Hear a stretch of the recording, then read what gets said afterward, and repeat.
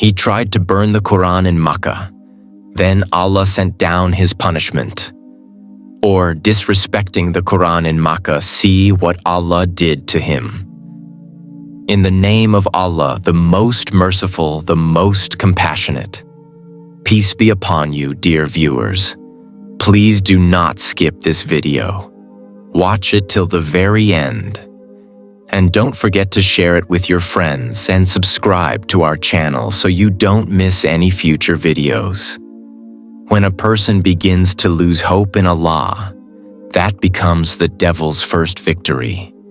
And from the moment our faith weakens, the path of misguidance opens. There once lived a man named Majid in the sacred city of Makkah. He came from a very pious and religious family.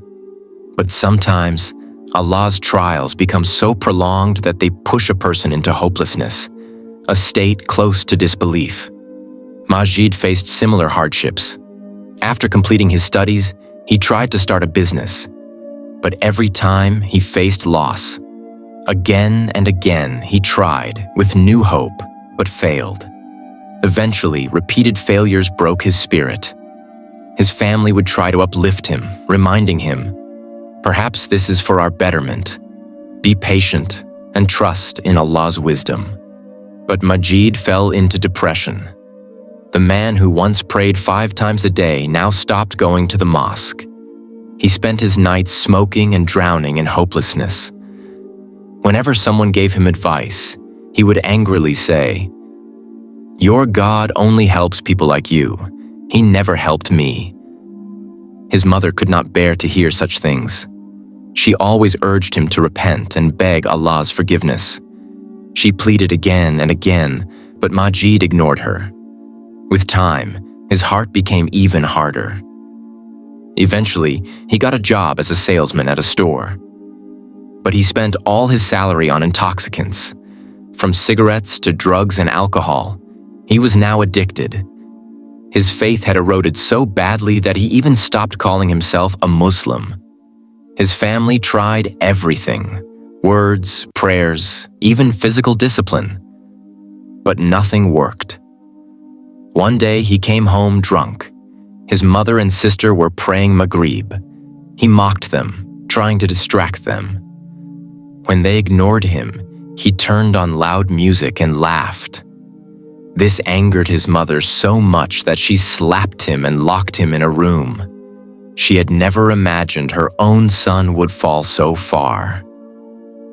That night, she cried and begged Allah for forgiveness on her son's behalf. The entire family was distressed.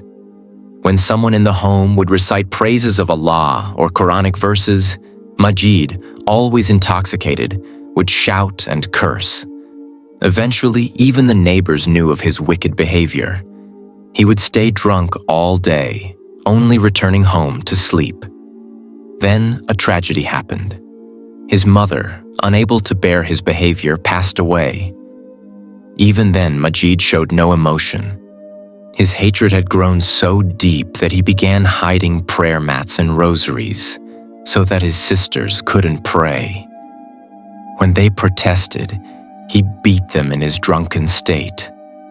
His elderly father tried to protect the girls and even threw Majid out of the house, but he always returned. Then came the day that made the earth tremble. One morning, his sister was reciting the Holy Quran aloud. Her voice was so beautiful that it brought peace to everyone who heard it. But Majid, still hungover, was disturbed by the sound. The Quranic verses hurt his heart like a curse. He covered his ears, trying to block the sound. Eventually, enraged, he stormed out of his room, cursing and yelling. He snatched the Holy Quran from his sister's hands. She jumped to stop him, but in his fury, he pushed her away and ran toward the kitchen stove. Yes, he was going to burn the Quran. Laughing like a madman, he threw the sacred book toward the flames. His sister screamed and used her bare hands to put out the fire. Their screams brought the rest of the family rushing in. What they saw shook them to their core. Majid's father, weeping in rage, stabbed him with a knife. Bleeding and unconscious, Majid was thrown out of the house. The family cried and begged Allah for forgiveness. They were devastated by the sacrilege that had occurred. When Majid woke up, he was lying next to a pile of garbage. His body was covered in wounds. He remembered what he had done, but felt no regret. Going home was not an option. His wounds grew worse. The flesh began to rot and smell, attracting flies. He screamed in pain, but no medicine worked. His limbs became deformed, his face unrecognizable. People passed by, covering their noses. Some asked what had happened to him. He said nothing. Eventually, he died on the roadside. A man who once lived in Makkah, now dead like a beggar. His father, upon seeing the corpse, kicked it aside and walked away. Some who recognized him asked what had happened. The father told them the whole story. Any remaining sympathy vanished. Still, someone buried him out of humanity. Indeed, Allah's punishment is severe. Majid's downfall began with one small crack in his faith. If he had moved forward in life with true belief and hope, things could have been different.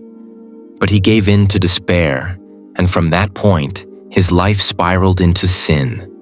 Remember, if your belief in Allah is weak, can you ever truly succeed?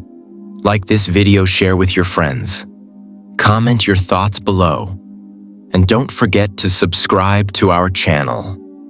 Thanks.